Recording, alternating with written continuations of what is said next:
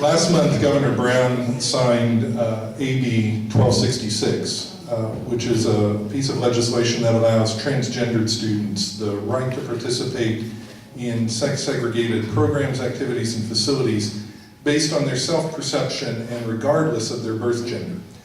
Now, this is a divisive issue, but the governor signed it into law. How will RUSD School Board of Trustees help parents and students work through its implementation? And we'll begin, Dr. Beatty, with you. This is not a new issue if you've been a principal.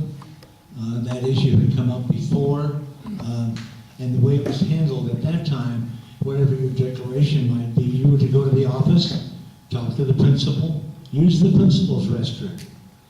What's coming now, though, is an extension of that. And by the way, the athletic part of that, I think, is very interesting. I gave a diploma last year to a girl at Ramona High School that led her 3 years in football and 1 year in wrestling. Wrestling is a pretty personal kind of sport. There is a concern.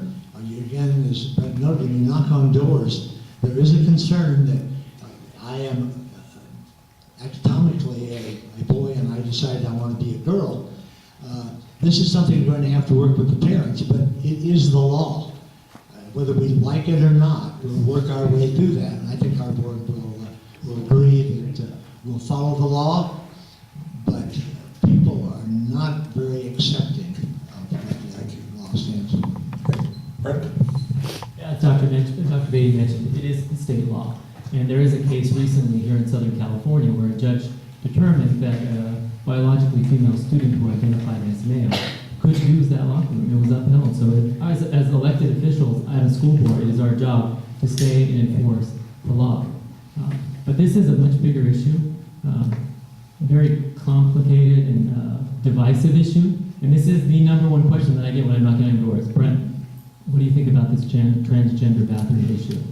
I think there's much bigger issues that we are trying to solve in education than that, but because it is a concern of the community, it's something that needs to be addressed.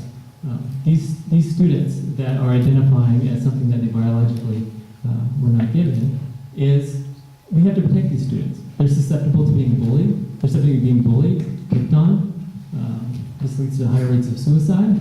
So we need to find ways to protect those students, but also allow them to be who they are, without impacting other students too.